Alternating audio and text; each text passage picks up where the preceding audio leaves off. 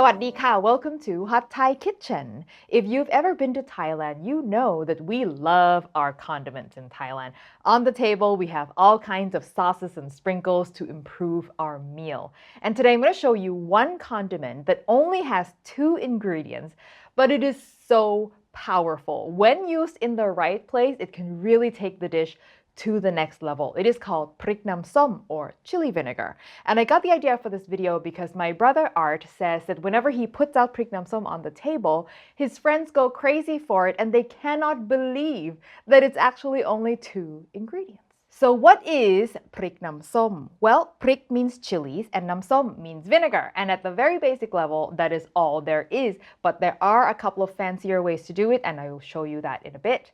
Now, when we use Prik Nam Som, it's on dishes that are primarily sweet, salty, and or greasy and rich, because the acidity and the heat will help balance all of that. So nothing becomes cloying, nothing becomes too greasy, and it just makes the meal so much more enjoyable. So we use it on things like Pad See Ew, which is a rich noodle stir fry that's a little sweet and salty, pork leg stew on rice, khao kha mu, or boat noodles. In fact, we use Prik Nam Som on essentially all kinds of noodle soups. If you can think about where you would want to use a vinegary hot sauce, that is where you want to use Prik Nam Som. Alright, now let me show you how to make 4 variations of Prik Nam Som that you can find in Thailand, starting with the basic one. The basic Prik Nam Som is literally the simplest hot sauce in the world. All you need is some kind of chilies. You can be spicy or mild depending on how hot you want the final product to be. Basic red Thai chilies are great. You can use green chilies of any kind, but I do prefer the flavor of red as it tends to be fruitier. And aside from that, you just need some basic white vinegar. That's that. All you need to do to make it is a mortar and pestle or a blender if you're making a lot. I'm going to start by pounding my chilies into a paste without looking at it so it will not jump into your eyes. Ask me how I know.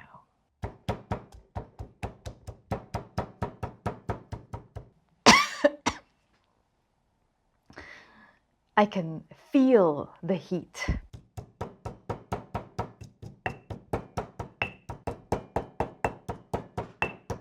Once it's no longer in big pieces, you can look at it because the risk of it jumping has disappeared.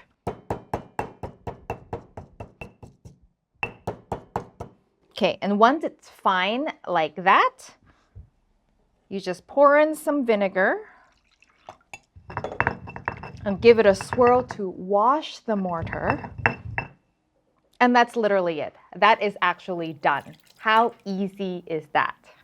Now, a couple of modifications. As I mentioned earlier, if you're making a lot, you can just throw everything into a blender, easy peasy.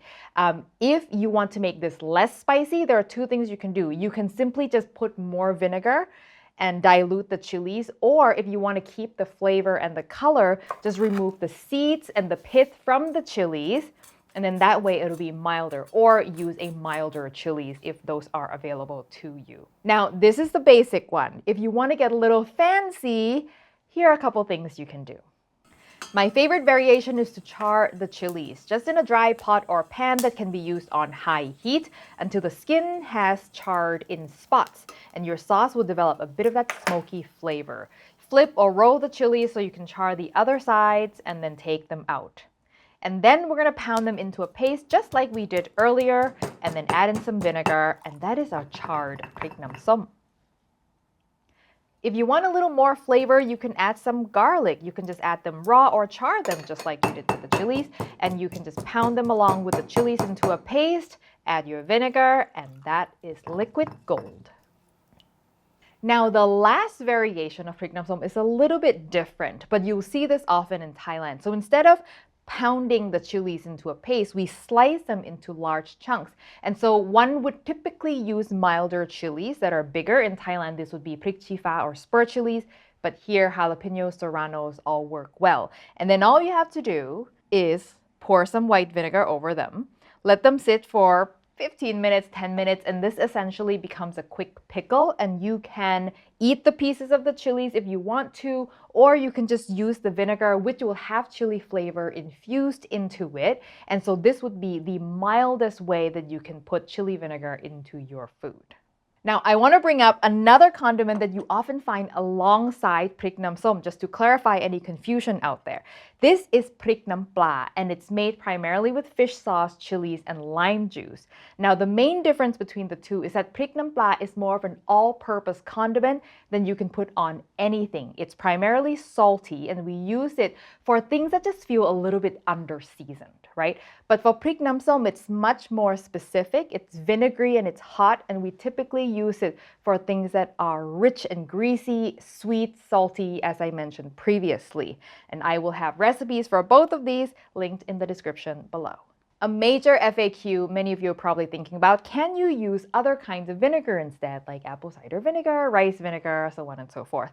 Yes and no. I mean, what you don't want to do is introduce other flavors into the dish, because the whole purpose of Prik Nam Som is not to introduce new flavors, but to sort of balance the existing flavors with some acidity. So white vinegar is the most neutral flavored of them all. Now, if the vinegar you're using is super mild, it's probably okay, but you don't want to be using balsamic vinegar in this. Now, I usually end the show by tasting the thing I've just made, but because I'm not about to taste a spoonful of Prik Nam Som, I thought I'd show you the dish that absolutely, I think, needs Prik Nam Som, which is Pad See Ew, which is the epitome of the kind of food that really benefits from Prik Nam Som. It's sweet and salty, it's heavy, it's oily, it is screaming for a little bright acidity and heat. So I'm going to use my charred version here, and a little drizzle. And you can go little at a time, and you can always add, because when you're, when it's a brand new batch, sometimes you don't know how spicy it is, right? Look at this Pad See Ew. It's so good. This has got to be my #1 favorite stir-fry Thai noodle dish. And you hear all the time that Thai food is all about balance, right? And Pad See Ew by itself is a balance of salty and sweet. But when you introduce that brightness, the acidity from the vinegar, man, it just hits all the spots. So good. And I really hope you give it a try. It cannot be easier. It lasts a long time in the fridge, but I'll put all of the storage tips and all the things, all the questions that you may have, I will put all of that in the blog post linked below. A special thanks to all of our Patreon members who help support the show. If you want to know what that's all about, how you can join my private Discord so we can talk about all things Thai food related, I'll put the link in the description below. Thank you as always for watching, and I will see you next time. สวัสดีค่ะ